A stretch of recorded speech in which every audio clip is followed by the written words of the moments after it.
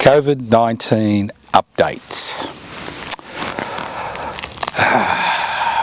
COVID-19 or no COVID-19, spring is in the air, as you can see. You can hear the birds, you can hear the bees possibly, you can see the wattle.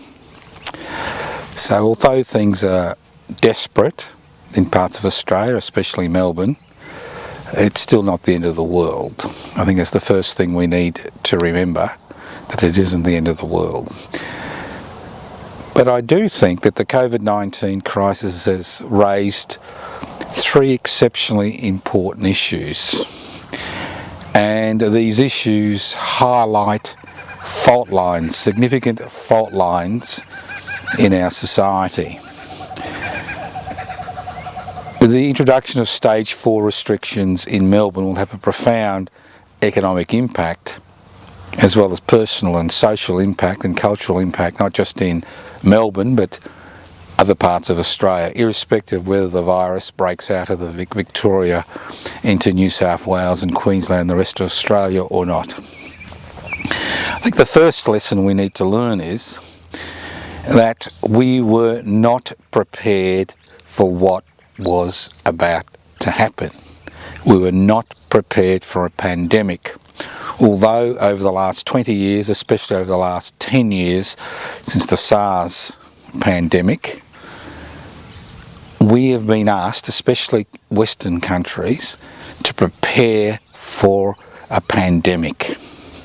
We knew, and scientists across the world, scientists in this country, epidemiologists in this country, medical practitioners in this country have been saying over and over and over again that the risk of a pandemic was real and that we should be prepared for it.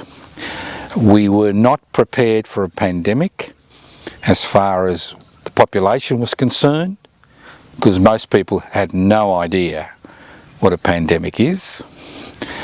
We were not prepared for a pandemic as far as resources were concerned. I mean, the scramble over personal protective equipment in the first few weeks of the pandemic highlighted how ill prepared we were. We were not prepared as far as our manufacturing sector was concerned, because we had to rely on imports for the most basic commodities, and to a significant degree it highlighted the perils of a globalisation, corporatisation strategy where local manufacturing has been exported overseas in order to maximise profits for corporations and companies, major shareholders. I mean, that has been the story. We were not prepared in terms of our public health system. We don't even have a central health bureau in terms of looking at pandemics. We don't have a national response. The national response has been piecemeal. It's been reactive, not proactive. So the first lesson we need to learn about COVID-19 is that it highlighted how ill prepared we were for a pandemic, psychologically, physically, as far as manufacturing was concerned, and as far as government agencies were concerned, especially at the state and federal level. And to a significant degree, the situation we find ourselves in Victoria, especially the Melbourne metropolitan region, is a direct consequence of the inadequate processes which were put in place to contain the pandemic in the first instance. The difference between New Zealand response, the difference between the Victorian and Australian response highlights what could be achieved if planning had been in place for a pandemic. I mean, we're always ready for war. We have a military apparatus. We sabre rattle continuously. We get involved in other people's wars overseas, but we weren't prepared for a war against a virus, a hidden enemy. So the first thing was we were not prepared. And if there's one lesson that will come out of this, is the fact that we need to be prepared for pandemics, because pandemics will come not every 100 years, as we're told, but they'll become more and more rapidly as population growth increases, urban living and urban centres expand, and we encroach on the natural environment, and as temperatures change because of the climate emergency. No, I haven't got COVID-19, you can relax, you won't catch it through the camera. The second thing this highlights is unprepared. A capitalist society, a society based on private investment for private profit, is for a national emergency. We are not prepared for national emergencies because people's welfare and income is directly linked to the wage system. In the last few decades, we have seen assault after assault after assault on people who rely on social security benefits to survive. The 33% of Australians who rely on social security benefits to survive. And when the economic shutdown began, we found ourselves in a situation where we were not able to cope economically. And this is based on the fact that we do not have a universal basic income for each and every adult and dependent in this country. There is no universal basic income which can act as a cushion against the economic consequences of a pandemic or war or a natural disaster, where we have to rely on a incomplete, disjointed social security system that is only aimed at trying to meet the basic income or the basic physical concerns of people who find themselves in exceptionally difficult situations. And we are not in a situation to fund a universal basic income for one very good reason, and that is because we have squandered opportunity after opportunity after opportunity to create a significant wealth fund based on the exploitation of the extraordinary amount of natural resources which we find in this country. Things like iron ore. Now this week we heard that Twiggy Forestry Metals Group profits have soared. 87% of all the iron ore they dig out of this country goes to China. We know that the gold stocks have soared because with the increasing economic instability, we have seen gold shares increase and gold stocks soar. We know we have abundant supply of many, many resources, and we are only 25 million people living on a continent. Resources like gas, oil, uranium, bauxite, gold, diamonds, lithium, rare earth, and the list goes on and on and on. And the disaster is all these resources are in private hands. None are government owned. None are government managed, and the profits in the majority of cases flow out of this country into the pockets of overseas investors. And those companies like Fortescue Metals Group, Rio Tinto and BHP Billiton, which have a strong footprint in this country, they do everything they can to minimise their tax. We are currently seeing the tax office negotiate with Rio Tinto because it put its profits offshore in Singapore so it wouldn't have to pay Australian taxes. So we have the ridiculous situation in this country where we have the resources to fund a universal basic income for each and every Australian, each and every resident, each and every citizen, and in some cases each and every temporary worker that is brought in this country. We have those funds, but those funds have been diverted into the pockets of the major shareholders of major corporations which owned the resources in this country. And if there's one thing that we should be debating today, it's who owns the resources, the fact that we shouldn't be in the hands of private corporations, that these resources should be in the hands of the people, that any wealth which is created, any profit which is created, should go back into funding the universal basic income. We should be looking at the taxation system. We have a taxation system which gives people money for owning shares.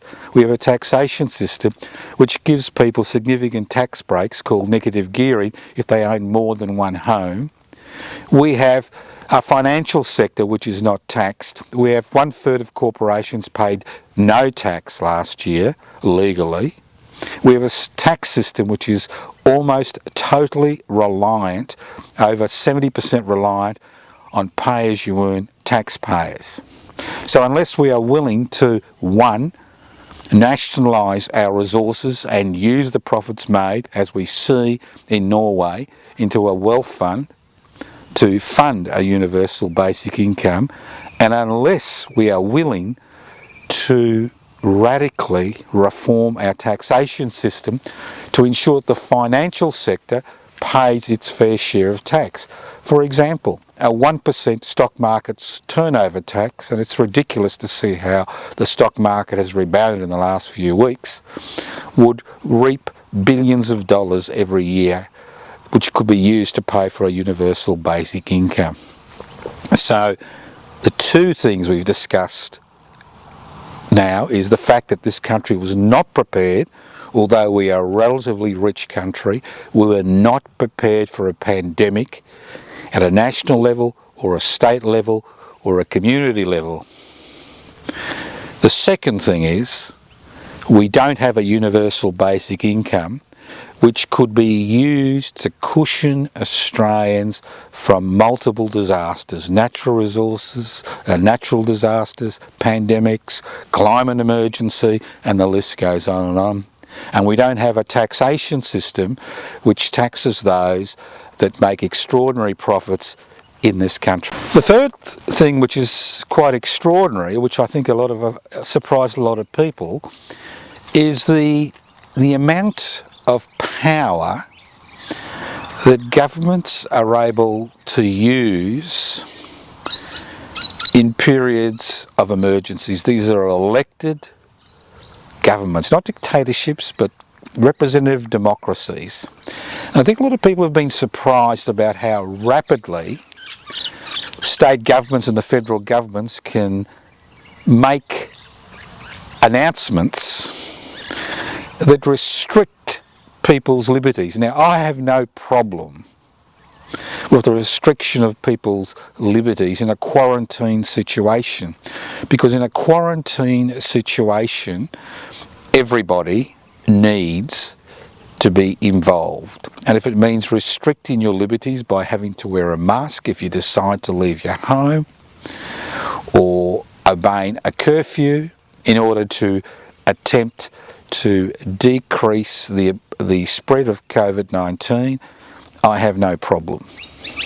Because it's not actually a question of liberty, it's a question of quarantining, and quarantining having the desired effects. But what is extraordinary is the amount of reserve powers which governments have, where they can suspend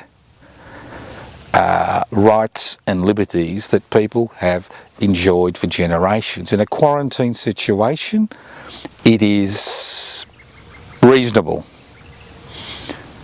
for the state, at the state and federal level, to make certain demands of citizens to protect the health of other citizens.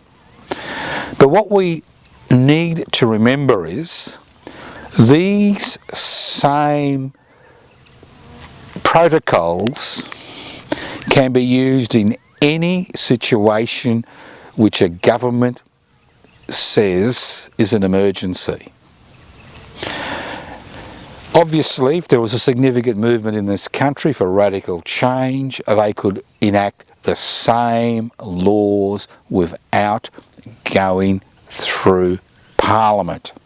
And I think it's important that these laws, where rights and liberties are stripped from citizens by government, be enshrined in a constitutional framework which only allows the government of the day to restrict these liberties in a situation which requires citizens to be quarantined to protect the health of other people and other citizens in this country. These laws are blanket laws. They are blanket protocols. The government at any stage can declare a state of emergency or a state of disaster and remove rights and liberties which we take for granted. Unlike authoritarian dictatorships, theoretically, we have certain freedoms. But it seems that these freedoms can be removed at any time, irrespective of whether we live in a parliamentary democracy or not. And unless